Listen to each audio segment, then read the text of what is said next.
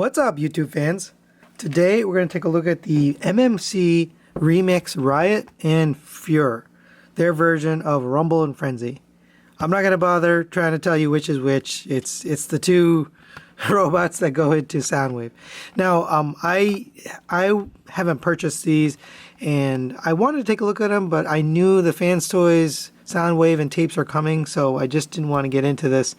But once again, my buddy James Magaletta, he was willing to send, actually he sent all the tapes to me, so I'm going to probably review the other ones too at some point. But these two are kind of the best of the set. So I want to look at these and kind of see, what are they all about. They do come in this very unique packaging, so normally, recently I've changed my reviews to not look at packaging, but because they're in this kind of novelty packaging, I want to take a look. So it does look exactly like a cassette tape cover, right? And then you take this out just like back in the day when we used to have cassettes, and it had a little fold-out thing. Usually it's stuff about the band, or usually it was like the song list on the tape. But here you got instructions. Then you got that classic MMC, transforming image. And you get a collector's card. Nice G1 collector's card there. So all in all, pretty nice packaging. I like the way they did that. Very creative. And there you have the figure. Let's get this one out of the packaging and see how good it actually is. And there we have Riot and Furor out of their packaging. Pretty nice looking tapes. Nice and flat. Really looks like a cassette. And the one thing I noticed is they don't have a lot of the paint work that you get on the original cassettes. Let's get out here's the Takara cassette, and you can see it's got a lot of paint work to make it look more like a real tape. Only on one side, not on both sides, but you can see quite a bit of paint there. This one, there isn't really much going on in terms of paint. I don't know if because it would break up the sculpt or the look in the robot mode, maybe that's why they didn't do it, but for whatever reason they didn't put any tape detail. Not much else to talk about in this mode. We're just going to get it transformed here. So pretty fun transformation actually. So go ahead and you can unpeg the legs from the side and just peg in right there. There is quite a bit of die cast. I was really surprised at how much die cast this has.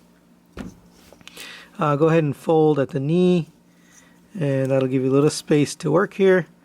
And you're going to unpeg these panels, and those are on tiny little panels, so just be careful with those. Open up the kneecap right here and just get that straight. And then you're going to collapse this leg forward, and that's going to close the gap between the back leg and that. Then you're going to rock this back, and the tab is going to go into that hole. So rock that back, tab it in, and it'll fit underneath the kneecap. Same thing on this side, rock that back, tab it in. Then for the foot, go ahead and fold the heel out, fold the toe out. The heel can just sit back here, and then flip the foot around and turn the leg, and that's one leg done. So we'll get the other one done off camera. All right, next we're going to work on the arms, so go ahead and unpeg the arms from the side. They just, same thing, they peg in. They don't really peg in, but they just kind of tabbed in right here. And it also is tabbed into this gun, so you can go ahead and pull the gun out once you take those arms out. Same thing on the other side, unpeg that, and then pull the gun out. So go ahead and rotate that down. And rotate the arm out this way. And here you're going to see, you're going to accordion out the piece back here, which was tabbed in. Rotate that around, and then push out the hand. And we have one arm done. So go ahead and do this on the same thing on the other side. Now that we get the arms done, you gotta make sure you have everything oriented the right way. So that's the front, those painted hip skirts. So just make sure you have the legs rotated with the knees on the same side. Same for the arms. Make sure you have the elbows facing the right direction. Then we can take care of this part. So go ahead and fold the chest panels down and the back panel down. And that's going to give you this little spot here. And this is where we want to push this piece up into here. And you'll see there's a little spot to peg it in, where that red piece can go into that black piece, and push that in. Same on this side. Rotate that in, and it should fit right into there. And you go ahead and rotate this down, and then on the back, same thing. Oh, looks like this popped off. That's okay. You just peg that back on, and then fold this piece down, rotate the head, and there you have him in his robot mode. Now, it's the same exact transformation for this guy, so I'm going to get this into robot mode off camera, and then we'll be right back. And here we have them both transformed into their robot modes, and they are really good looking bots. I decided to put the guns on his back. I guess I'm going to use his Furor. His Furor's back, and I used the guns in Riot's hands. Just I can show you the difference, but there is a little bit of issue. These barrels are actually a little bit loose, so they don't all stay that well. I'll probably fix that before I send that back to James, but they aren't perfect, but they do look really good. They do fit very securely into his back. It's just this part is a little bit loose, unfortunately. But really good looking. Let's just quick 360. We'll put the G1 cartoon there. Maybe we can get both of these guys. We'll see.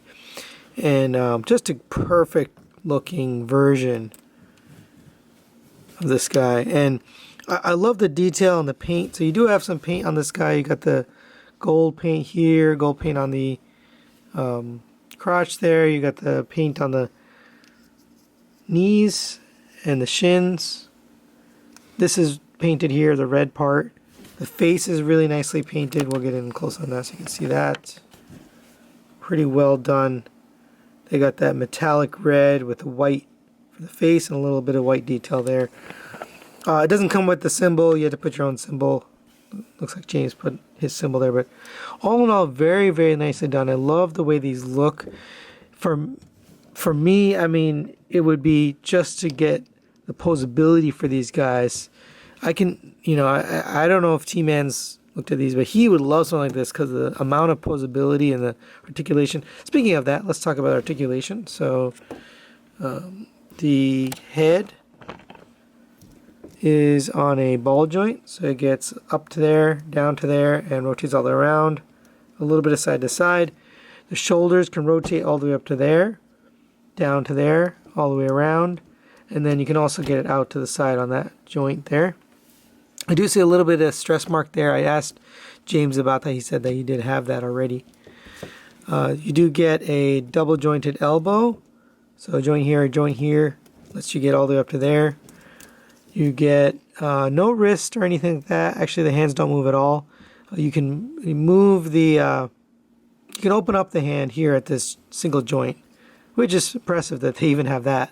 And then the gun is just fits right into that hand. This is a little bit annoying to me, the fact that the gun doesn't stay straight, but it is what it is. You get a rotation at the waist. You get an ab crunch all the way down to there. Really beautifully done there. You get hip skirts. The legs go up to there, back to there, and then out to the side. No ratchets on this guy anywhere, but I mean, he's really small, so I wouldn't expect to have ratchets. Rotation at the thigh. Single jointed knee gets a 90-degree bend. Ankle tilt, so this is on a ball joint, so you get ankle tilt in and out. You get up and down, so you get pretty much everything you need to get this guy into a pose. I have found that he really gets to do everything you need him to do. It's really the gun that's the weakest. Now, it does come with some other accessories, so you do get this piece here. Very, very nicely painted. It's got this, you know, rock looking piece here, and obviously his feet tab in, so we're going to get this guy in here. Basically, there's a little slot on the bottom of the feet, and those fit right into those holes. And this is the purple one, so that's how you go. No, it goes with him. Here's a black one for Riot, and that fits right in there. And then you can get him bent down a little bit, and then we can get the arms ready. This is just very irritating. So they do come with these pile drivers, and these pile drivers attach very similar to the Masterpiece version. So go ahead and push the hands back in, Then you get these arms out to the side. And you're going to open up this right here. Just open that up. And you're going to slide his arm down in. And you should have this button on the back here. That's how you know you have the right one on the right side. So slide the arm in. It should slide in nice and easy. And then go ahead and close this panel. Close this panel on top. And then go ahead and do the same thing on the other side. Close this up. Slide this in. And then close up this panel and this panel. And then there you have him kind of with his pile drivers. And if you wanted to make this, you know, a little bit less ugly, you can rotate the arm to have this part on the front. Okay, and then you also can put batteries. This takes LR44s right in here. You open up this compartment. I already put some in on this one. So you can have it pile driving, which is kind of cool. It's just a neat little effect they put in there. Or you can just have him pose there like he's breaking the ground. I think you can pull these out. Yeah, you can pull these out and have them extended and pose it that way. And for a quick comparison, there they are with the Masterpiece Soundwave. They do look good with him. For me personally, they do seem a little bit big in terms of scale for my collection anyway. You know, if you bring in the original, the Takara Tomy, and then this one looks too small. And they had the limitation that they had to fit him in the chest in tape mode. Obviously, these don't fit in his chest in tape mode, but they do look a little bit better overall, scale-wise, with the rest of the Masterpiece line. I think they just seem to fit in better. They've got the articulation. They got everything you would want. So I do think if you were collecting these tapes, they go really well with, at least these two, go really well with the Masterpiece Soundwave. Now, we're supposed to be getting a new one from Fans Toys. I don't know what size their tapes are going to be. I'd imagine they're going to have a little bit of magic where they make it bigger in robot mode, but then it gets small down to fit in his chest. We'll see how that turns out. But for now, these are the best tapes we've gotten in terms of G1 style cassettes. Final thoughts on these guys, I really like them. I think they did a great job. They've got really good articulation. They've got some nice paint. They transform well. They feel good in your hand. They've got some die cast. The feet and parts of the legs are all die cast, and they feel good. My only complaint really with the whole set is this. You know, the guns are a little floppy. That's kind of, you know, unfortunate that they're not. You know, and the Takara ones had a similar problem. They were not very good. They would kind of flop around and fall off, but. Other than that, I mean, other than those guns, it's really, really well done. And if you wanted, you know, if you were looking for a larger size cassettes to fit in your collection and you didn't want the Takara ones, which are kind of crappy anyway, then these are definitely the ones for you. For me personally, I'm waiting for the Fans Toys version of Soundwave, and I want all the tapes that go with that. So I'm probably going to hold out, but I love these guys a lot. This is really... you know, if I had started collecting these, I definitely would have wanted to have these two as part of the set. So that's really it for today. Thanks for watching. We will do the rest of the cassettes in another video. I just didn't want to, you know, make this video too long. So thanks for watching. We'll see you next time.